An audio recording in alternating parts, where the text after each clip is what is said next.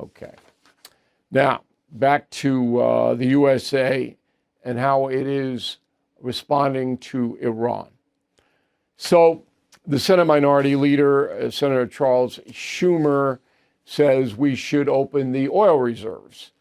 And I had that exact thought, which frightens me because I don't want to be on the same wavelength as Schumer, who I don't respect. But that should happen. So let's put the oil reserves into the marketplace to keep a lid on the rising costs of gasoline. Okay. Now, we did some research. The Biden administration gutted the oil reserves. You remember that, to try to get inflation down. They threw everything out. They didn't have anything left. Trump has tried to replace it, but he started only in last fall and signed a bunch of contracts to replace it, the oil. So I don't know how much oil left in the reserves, but the Trump administration is trying to replace the stuff that the Biden people put out there, just so you know. All right. Finally, the president's trying to do the right thing here. This is important.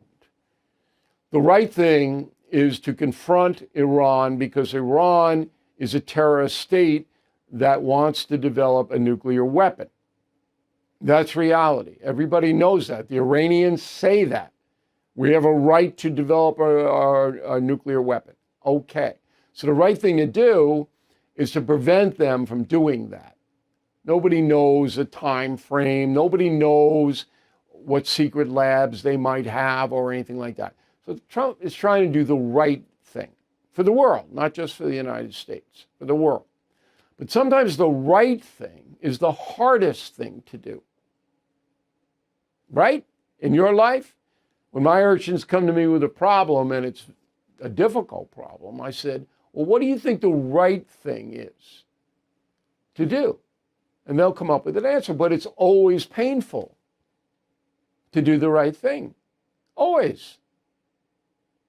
You know, in theory, it was the correct thing to try to provide a measure of freedom to the South Vietnamese.